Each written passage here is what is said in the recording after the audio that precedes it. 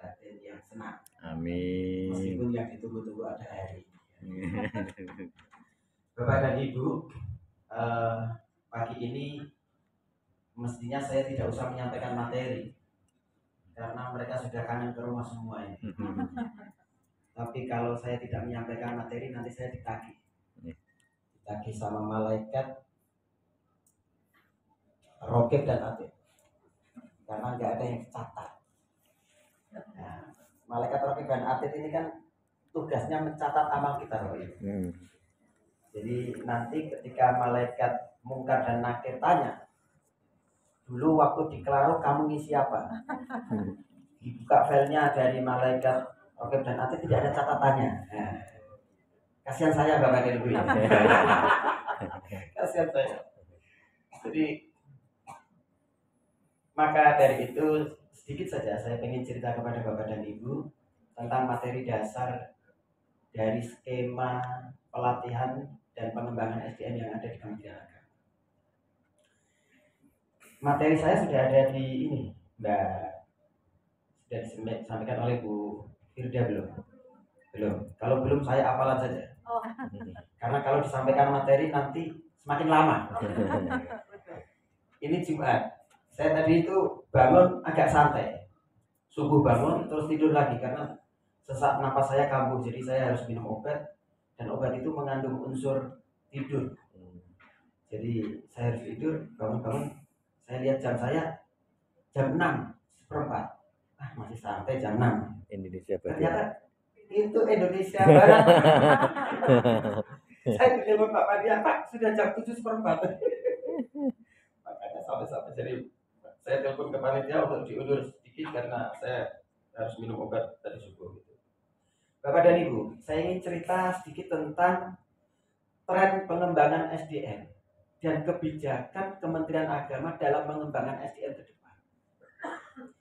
Ini harus saya sampaikan karena akan terkait dengan Bapak dan Ibu di dalam menjalankan tugas sehari-hari di Kementerian Agama Kabupaten dan Kota atau yang ada di provinsi.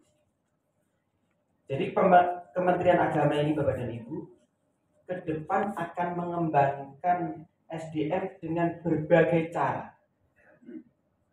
Ada workshop, ada seminar, ada short course. Tetapi khusus pagi ini saya akan cerita tentang kebijakan pengembangan SDM yang berbentuk pelatihan. Kenapa berbentuk pelatihan? Karena ini menjadi core bisnis yang paling terstruktur dan paling mudah. Jadi kalau workshop tidak bisa distrukturkan. Kalau short course tidak bisa distrukturkan. Tapi kalau pelatihan ini basicnya sangat terstruktur. Nah, pengembangan SDM melalui pelatihan ini Bapak dan Ibu ke depan akan dilakukan dengan 3 skema. Yang pertama adalah skema sinkronus terbatas, klasikal. Sinkronus klasikal ini adalah Bapak dan Ibu ditugaskan. Sebelum ditugaskan Bapak dan Ibu diundang lalu ditugaskan. Bapak dan Ibu ini kan dapat undangan ya? Dapat undangan. Setelah dapat undangan Bapak Ibu dikasih surat tugas kan? Nah, itu basicnya klasikal sinkronus tatap muka. Pesertanya paling banyak menurut aturan Lembaga Administrasi Negara LAN adalah 40 orang. Paling banyak. Tidak boleh lebih dari 40 orang. Kita biasa memakai 30 sampai 35 orang. Itu klasikal tatap muka. Ada yang klasikal tatap maya. Bapak Ibu pernah mengikuti undangan lalu ditugaskan tapi pelatihannya melalui PJJ. Pernah? Nah, itu klasikal tatap maya. Ini sinkronus Bapak Ibu. Yang kedua, itu kita akan mengembangkan sinkronus open recruitment tetapi tatap maya.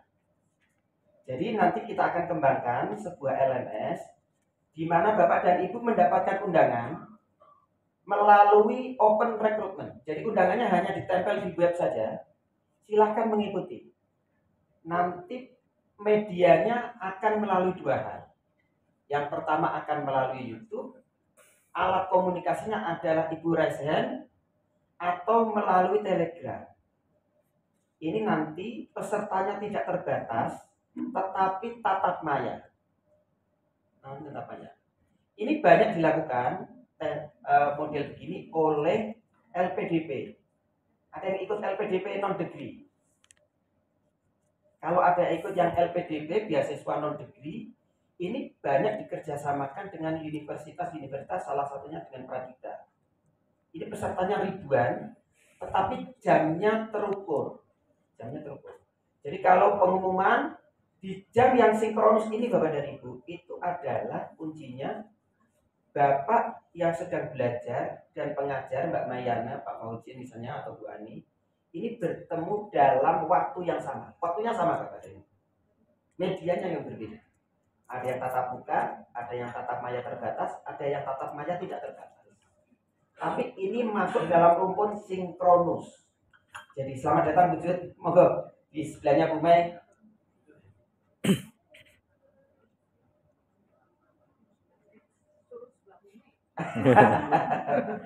Ini senior saya. Yang ketiga yang sedang kita kembangkan Bapak dan Ibu, kebijakan pengembangan SDM di Kementerian Agama ini adalah yang basicnya asinkronus. Jadi antara orang yang sedang belajar dengan pengajar tidak bertemu dalam waktu yang sama. Ciri dari asinkronus adalah Bapak dan Ibu ini merdeka belajar. Mau belajar habis subuh boleh, mau belajar jam istirahat boleh, mau belajar habis sholat asar boleh, habis sholat isya boleh, sampai jam 2 juga boleh. Bebas. Ini asinkronus.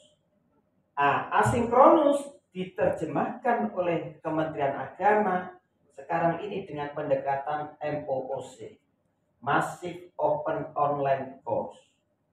Bapak Ibu ada yang sudah pernah ikut Pintar? MOOC Pintar ya. MOOC Pintar ini sekarang sedang menjadi tren pengembangan SDM dan di Kementerian Agama dipakai sebagai salah satu kebijakan pengembangan SDM. Kenapa? Karena ini banyak sekali keuntungannya. Benefitnya besar, tetapi modalnya sedikit. Salah satu keuntungannya adalah tidak membutuhkan banyak biaya. Lalu bisa diikuti oleh berapapun jumlahnya. Dulu Bapak dan Ibu Pusdiklat itu setahun ketika kebijakan pengembangan SDM-nya dilaksanakan melalui kebijakan sinkronus, outputnya setahun hanya 4.000. Bapak dan Ibu. Outputnya setahun 4.000. Sekarang dengan pendekatan asinkronus melalui MOOC Pintar, setahun bisa melatih 300.000 orang. Setahun 300.000. Tahun 2024 kita targetkan pesertanya 1 juta orang. Dari mana 1 juta orang? Yang Bapak Ibu ini tangani. Ini kan mayoritas guru. Mayoritas guru ya. Guru madrasah itu jumlahnya 900.000. Guru PAI jumlahnya 260.000. Dari 900.000 guru madrasah Bapak dan Ibu, dari 900 guru madrasah itu 350.000-nya itu sudah mendapatkan tunjangan profesi guru. Nah, sekarang saya sudah usul ke Pedis dan ini sudah masuk di dalam juknis tentang TPG. Ada satu pasal di dalam TPG yang sekarang sedang menunggu tanda tangannya Pak Dirjen. Setiap 6 bulan sekali guru yang mendapatkan tunjangan profesi harus belanja kompetensi setiap 6 bulan sekali. Kalau dia tidak belanja kompetensi, maka tunjangan profesinya tidak dicairkan.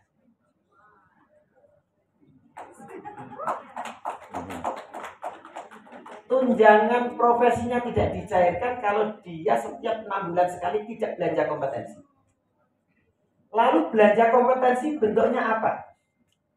Bentuknya adalah paling sederhana mengikuti pelatihan setara dengan 20 JP per 6 bulan. Nah, kalau dia 6 bulan mengikuti, ada 350.000 guru. Ini pintar akan diikuti minimal 700.000 guru tiap tahun. Itu yang guru. Belum yang guru PAI, belum yang PPG, belum yang PPKB. Ini PPKB kan? Belum yang PPKB. Jadi saya sama Pak Padia sama teman-teman tahun kita target 1 juta. Tahun kemarin kita bilang targetnya 500.000. Ternyata tercapai 300.000. Alhamdulillah. Daripada targetnya 100.000 nanti tetapnya 40.000. Mendingan targetnya 1 juta aja. Saya kalau ditanya Pak Ahmad berapa targetnya Mas Hadi 2 juta gitu. Padahal kita hitungkan target 1 juta. Karena 1 juta ini masuk dalam logika kita. Guru saja sudah 700.000. Lalu PPKB. PPKB ini sekarang yang terukur yang PAI baru 13.000. Saya bilang tahun depan di open. Karena kalau di open itu minimal 100.000 akan ikut. Jadi ilmu pengetahuan Bapak dan Ibu jangan digengemi sendiri. Jangan dikekepi. Harus di open. Nah, kebijakan ini Bapak dan Ibu, kebijakan pengembangan kompetensi melalui sinkronus asinkronus ini karena kita sekarang sedang mengikuti tren. Boleh Bapak Ibu mempertanyakan kenapa kita harus mengikuti tren? Bukankah kalau kita mengikuti tren potensinya adalah karakter kita hilang? Itu benar Bapak dan Ibu. Tapi karakter kita akan ketinggalan kalau karakter kita tidak kuat. Hanya karakter yang kuat yang tidak mengikuti tren yang akan masih eksis.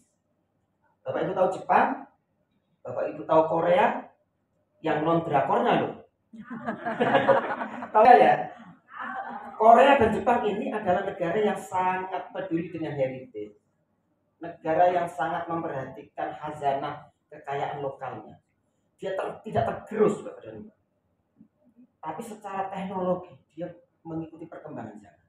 Jadi budayanya tetap dipertahankan, tapi teknologinya mengikuti perkembangan zaman. Nah, kita sedang mengikuti arah kebijakan di mana teknologi menghantui kita. Teknologi mau tidak mau mengikuti kita. Bahkan kita ini Bapak dan Ibu, saya ini buka-buka ini, dompet saya ketinggalan. Ini nggak dompet Pak dia. Jadi nanti kalau diajak ngopi, tolong ditraktir. Dompet saya ketinggalan Bapak. Tapi saya nggak gelisah Bapak dan Ibu. Santai saja saya. Coba saya ketinggalan HP. Gelisahnya nggak ketulungan itu. Kita ketinggalan dompet itu nggak gelisah. Ketinggalan HP, gelisah. Mas saya ini pernah suatu hari pergi sama istrinya.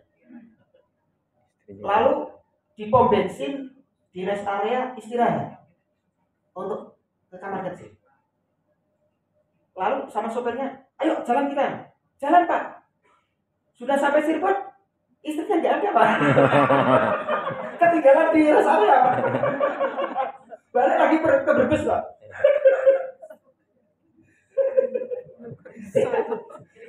Karena istrinya tidak dilatih. Bapak, istrinya tidak dilatih. Coba kalau HP, kita baru naik mobil, HP sudah dilatih Bu. Sudah dipegang HP ini. Iya kan? Betapa teknologi menjajah kita.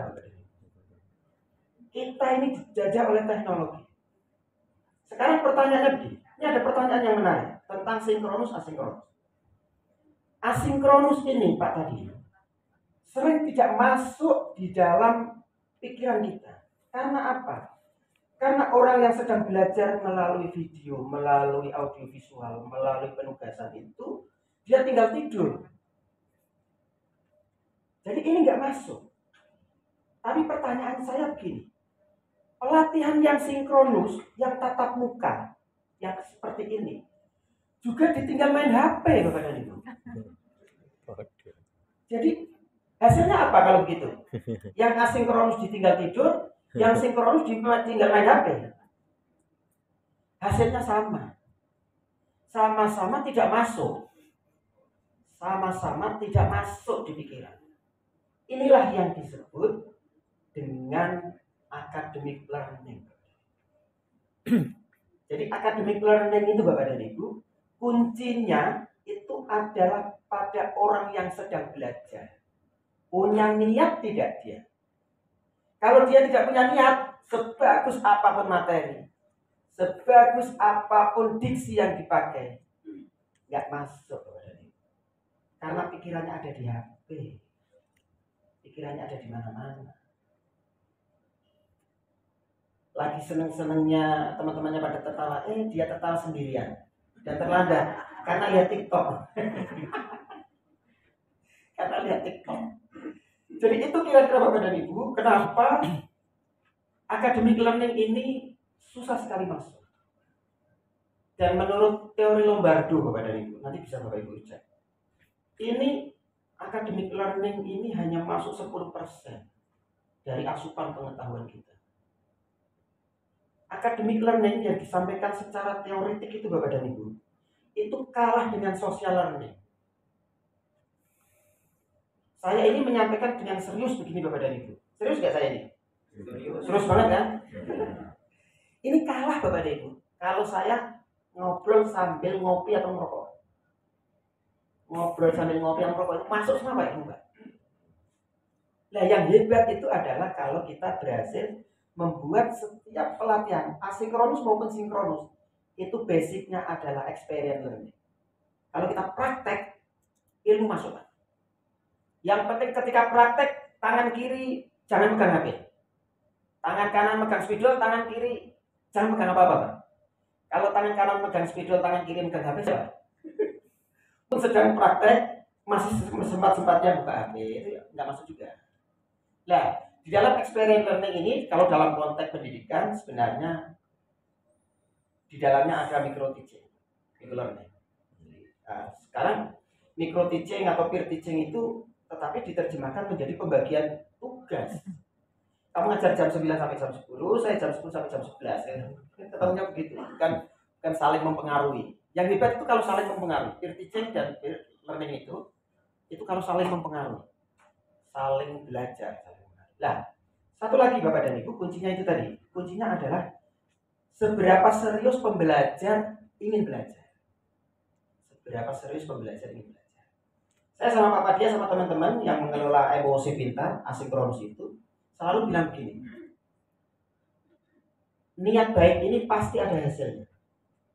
Kalau peserta sekali pelatihan 20.000, kita targetnya sederhana saja. 10% dari 20.000 itu orang paham. 10% saja. Bayangkan kalau sekali pelatihan 20.000 yang paham 2.000 Bapak Dedi. Itu sudah keren banget. Jadi setiap minggu ada 2.000 orang yang paham. Jadi jangan mimpi Bapak dan Ibu. Pelatihan 20.000 yang paham 19.000. Pelatihan setahun sekali langsung paham, jangan mimpi. Jangan mimpi. Mimpinya rendah saja, biar kalau jatuh tidak sakit. Saya itu kan orang yang kalau tidur kayak kitiran itu, kayak kipas angin kayak gasing, kayak kipas angin zaman lama itu, muter itu, kadang sering jatuh kadang. Kaget. Tapi kalau tempat tidurnya cuma 60 cm kan santai Pak. Coba kalau 1 meter, saya dulu menurut cerita ibu saya, kepala saya itu sering kebentur tanah. Kan rumah itu tanah, belum ada tegel. Karena sering jatuh. Saya bilang, pantesan gak pinter-pinter ini. Udah tua masih duduk aja ini. Jadi itu Bapak dan Ibu, kebijakan pengembangan SDM di Kementerian Agama ke depan adalah asinkronus. Sinkronus akan tetap kita laksanakan, tetapi maksimal 30%. Yang 70% adalah asinkronus. Perbedaannya apa? Kenapa 30% itu sinkronus? Karena tidak semua SDM Kementerian Agama bisa dilayani teknologi. Ini Bapak dan Ibu, ini yang harus dicatat. Tidak semua SDM Kementerian Agama bisa dilayani teknologi. Yang tidak bisa dilayani teknologi sekitar 30%. Saya kasih data Bapak dan Ibu. Madrasah kita jumlahnya 86.000. 86.000. Menurut data EMIS tahun 2020, sebelum saya pindah ke Pusdiklat, Mas Dada, itu yang tidak ada listriknya 14.000. 14.000, tidak ada listriknya. Tapi 3 tahun ke depan ini, 3 tahun belakangan kayaknya sudah ada listriknya semua, karena pandemi itu lalu membawa situasi di mana pemerintah harus bekerja keras untuk melayani secara teknologi. Itu tahun 2020 ada 14.000 madrasah tidak ada listrik. Itu artinya tidak bisa dilayani oleh asinkronus. Itu bisa dilayani dengan sinkronus. Dan itu sinkronusnya yang tatap muka. Yang tatap muka. Bukan yang PJJ atau yang melalui Zoom atau melalui YouTube. Yang tatap muka. Ketemu. Yang ada di pedalaman, yang ada di 3T, yang ada di... Kalau di Sulawesi ini kan banyak yang tidak terjangkau oleh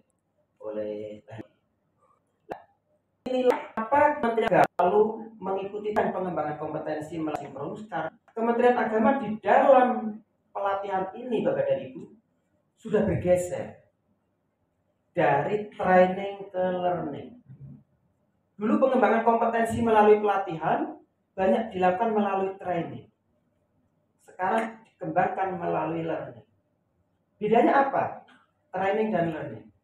Training ini Bapak Ibu diundang dan ditugaskan. Kalau learning, Bapak Ibu belajar sendiri. Nah, kalau belajar sendiri, ini ada konsekuensinya Bapak dan Ibu. Konsekuensinya apa? Kita akan disingkirkan oleh 2 hal. Kalau learning itu, kita akan disingkirkan oleh alam, karena kita tidak terpakai, karena yang lain belajar kita tidak. Kita akan disingkirkan oleh alam. Yang kedua, kita akan disingkirkan oleh sistem. Bapak Ibu menghadapi guru-guru muda kan di madrasah-madrasah. Betapa canggihnya guru-guru muda ini Bapak Ibu. Yang kurang dari mereka cuma satu, pengalaman. Tetapi secara penguasaan konten, metode berkomunikasi, penguasaan teknologi jauh banget sama guru-guru tua. Jauh banget. Guru-guru tua, termasuk saya Bapak dan Ibu, ini lahir pada saat manual, hidup pada saat digital. Ya kan? Loh, Bapak Ibu ini lahir pada saat manual kan? Ya. Hidup dalam saat digital. Itu pilihannya, kita mau belajar tidak? Kalau kita tidak mau belajar, disekat sama 2 hal tadi. Disingkirkan oleh alam atau disingkirkan oleh sistem. Mau memilih yang mana? Mau memilih yang tidak disingkirkan, Pak? Kalau memilih yang tidak disingkirkan, ayo kita belajar. Dan kita belajar ke depan adalah asinkronus. Sinkronusnya tetap ada, tapi itu 30%. Yang 70% adalah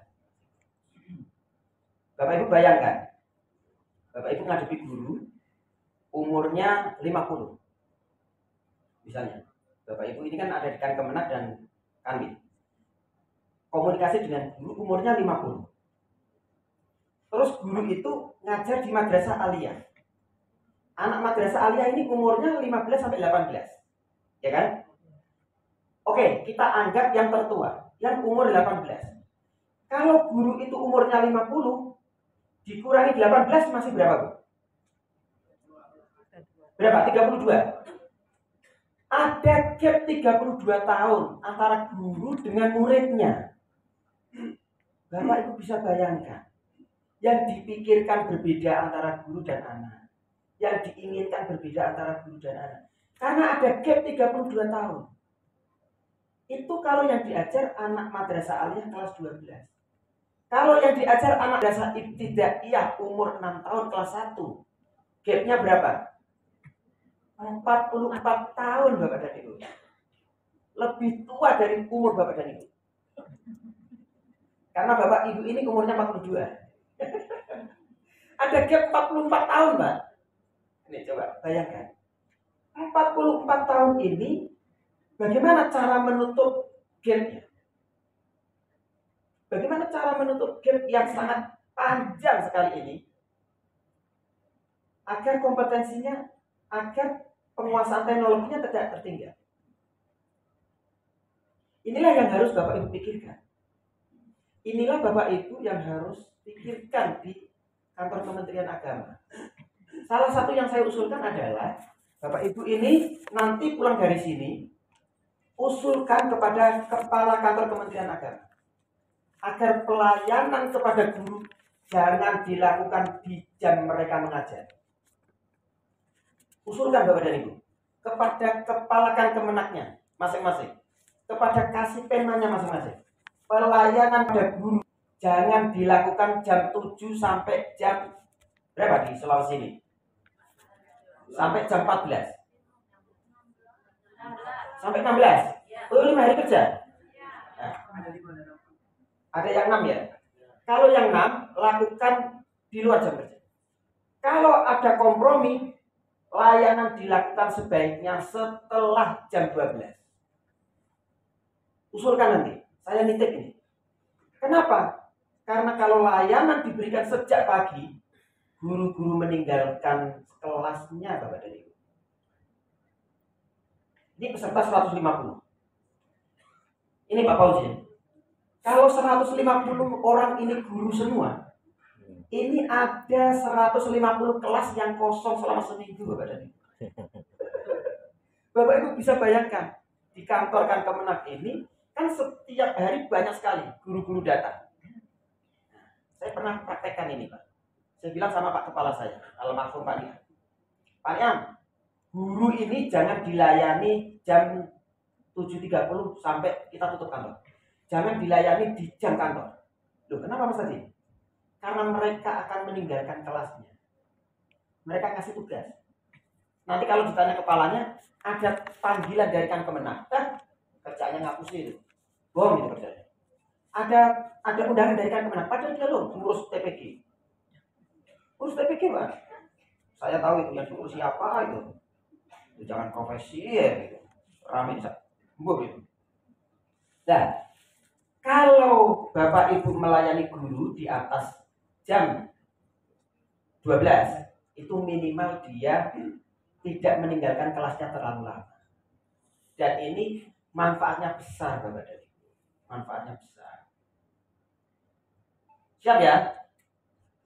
Siap nggak ini? Siap. Usulkan saja. Kalau soal diterima atau tidak itu urusan nanti. Itu urusan yang kebijakan maksudnya. Yang penting Bapak Ibu usulkan. Madrasah ini harus dibantu Bapak dan Ibu. Bapak dan Ibu kalau membaca hasil PISA yang dikeluarkan Selasa sore kemarin, itu peringkat kita naik Bapak dan Ibu. Dari 74 ke 69.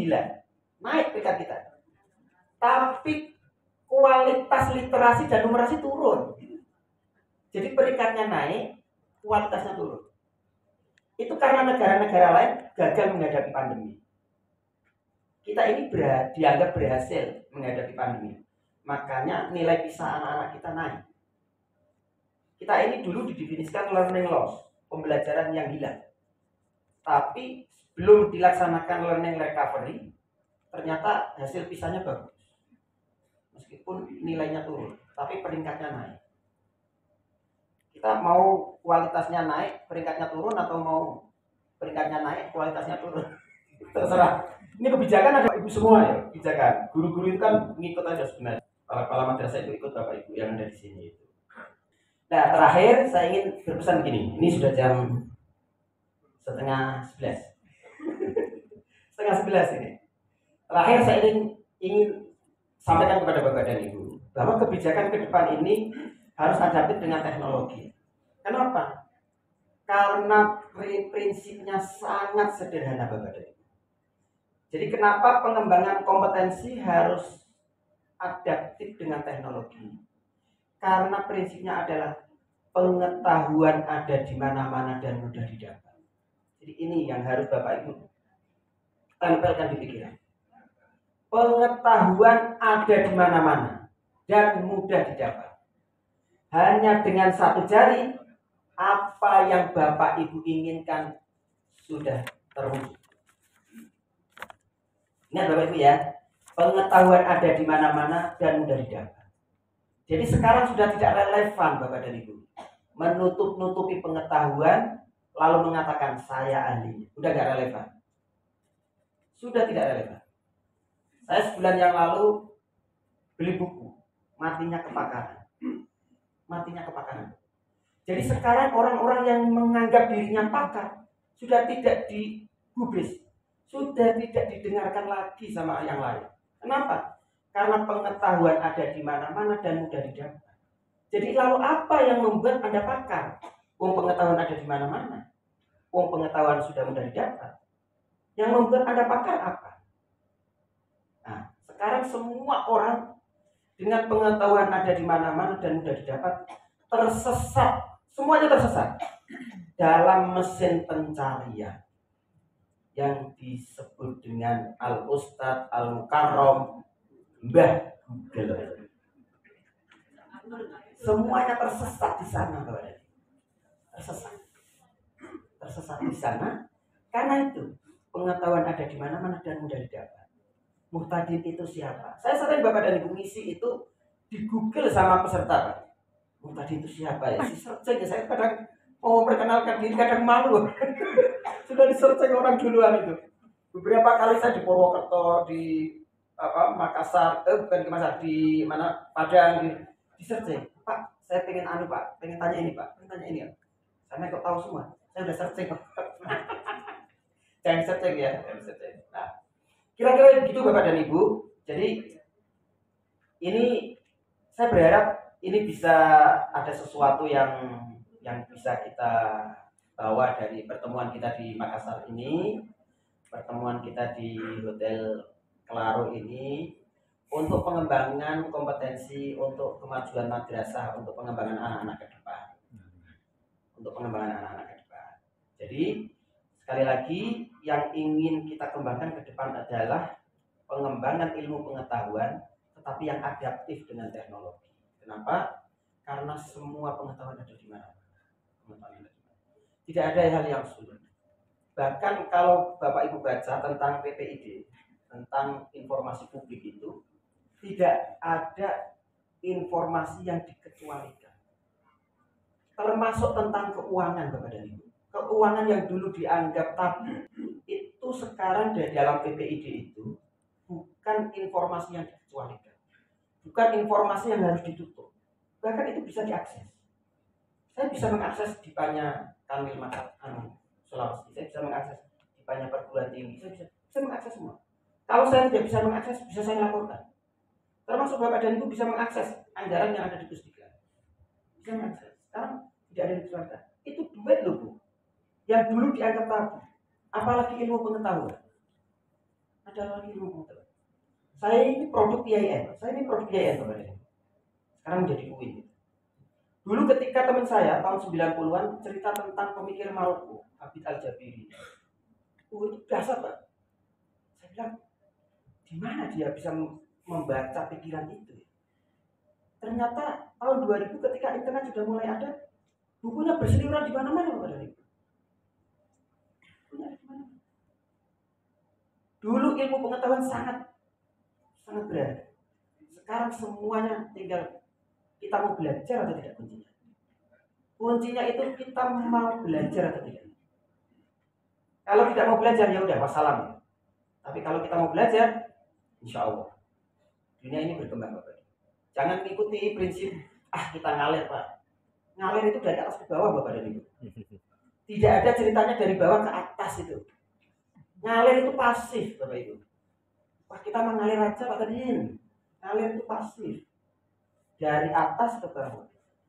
Tidak ada ceritanya ngalir dari bawah ke atas. Kalau dari bawah ke atas apa? Muncrat Pak. Kalau itu berarti aktif, tidak pasif.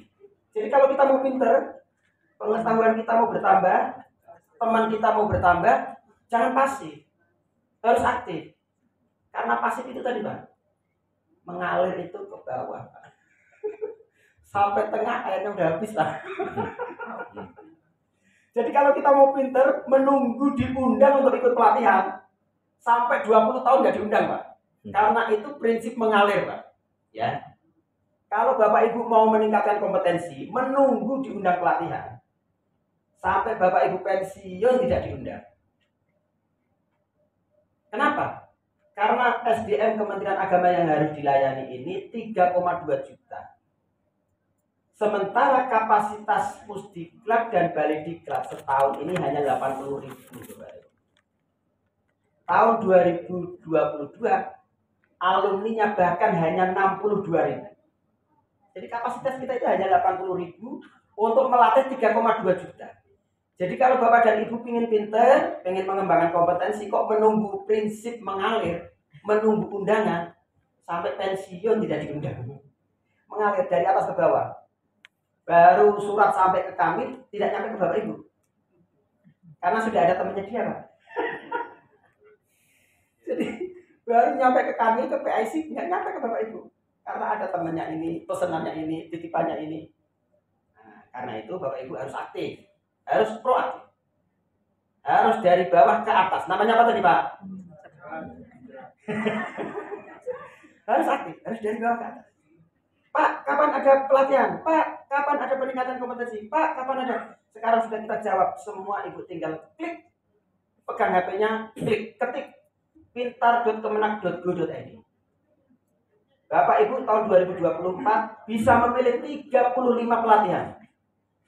Ada 35 pelatihan di tahun 2024 kepada Ibu. Nanti di bulan Agustus akan kita tambah 15 pelatihan. Rencananya 2024 ada 50 pelatihan. Bapak Ibu tinggal memilih IKN atau yang spesifik, mau ikut KOM, mau ikut P5 P2RA, mau ikut apa? Diferensiasi, atau mau ikut KTI, atau mau ikut multimedia, silakan ikut, silakan pilih. Ada 50 pelatihan. Yang sudah tersedia di Januari ada 35. Nanti di Agustus akan ditambah 15. Jadi pesan saya jelas ya, pesan saya Bapak Ibu nggih. Kebijakan Kementerian Agama dalam pengembangan kompetensi SDM harus proaktif, menunggu proaktif dari Bapak Ibu semua. Tugas Bapak Ibu adalah menyemangati guru-guru, menyemangati tenaga kependidikan di madrasah-madrasah agar terus-menerus mengembangkan kompetensi, karena kompetitor kita juga berkembang terus. Kalau kita tidak mau mengembangkan kompetensi, sementara kompetitor kita berkembang terus, pilihannya ada dua, akan disingkirkan oleh alam atau akan disingkirkan oleh sistem.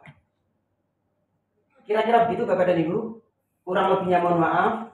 Kita harus persiapan Jumatan. Bagi yang pulang harus persiapan. Kopernya sudah ditata belum? Yang belum ini ragu-ragu ini. Kayaknya sudah kayaknya. Jangan lupa beli oleh-oleh. Sekali lagi terima kasih sekali sudah berkenan mengikuti kegiatan ini dari awal sampai akhir.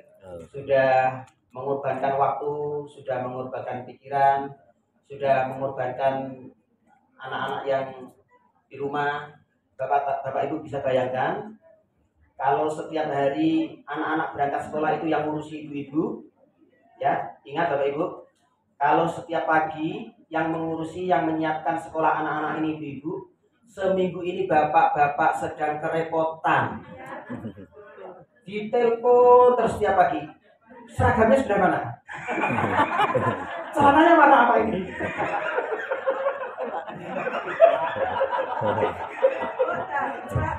Jadi kok dasinya ini apa?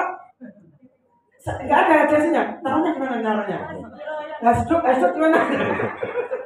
Jadi terima kasih Bapak dan Ibu sudah mengorbankan waktunya, sudah mengorbankan tugas-tugas di kantor dan di rumah. Semoga apa yang Bapak Ibu laksanakan ini menjadi amal jariah Bapak dan Ibu sebagai ikhtiar kita untuk memajukan madrasah, untuk memajukan Indonesia.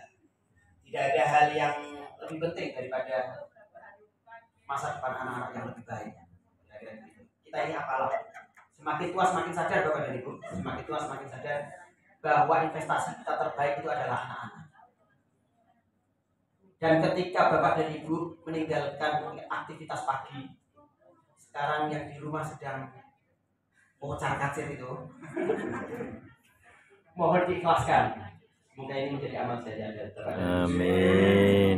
Mari kita tutup pertemuan ini dengan bersama-sama membaca Ummul Kitab. Liridhoillah wal syafaati Rasulillah al-Fatihah. A'udzu billahi minasyaitonir rajim. Bismillahirrahmanirrahim.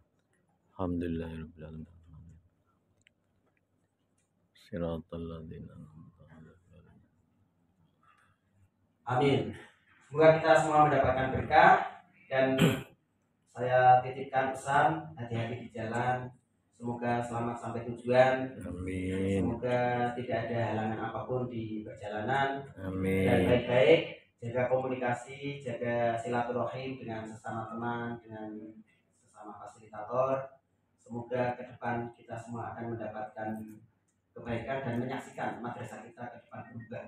Anak-anak kita menjadi anak-anak yang membanggakan bagi kita semua. Kurang lebihnya mohon maaf. Assalamualaikum warahmatullahi wabarakatuh. Waalaikumsalam.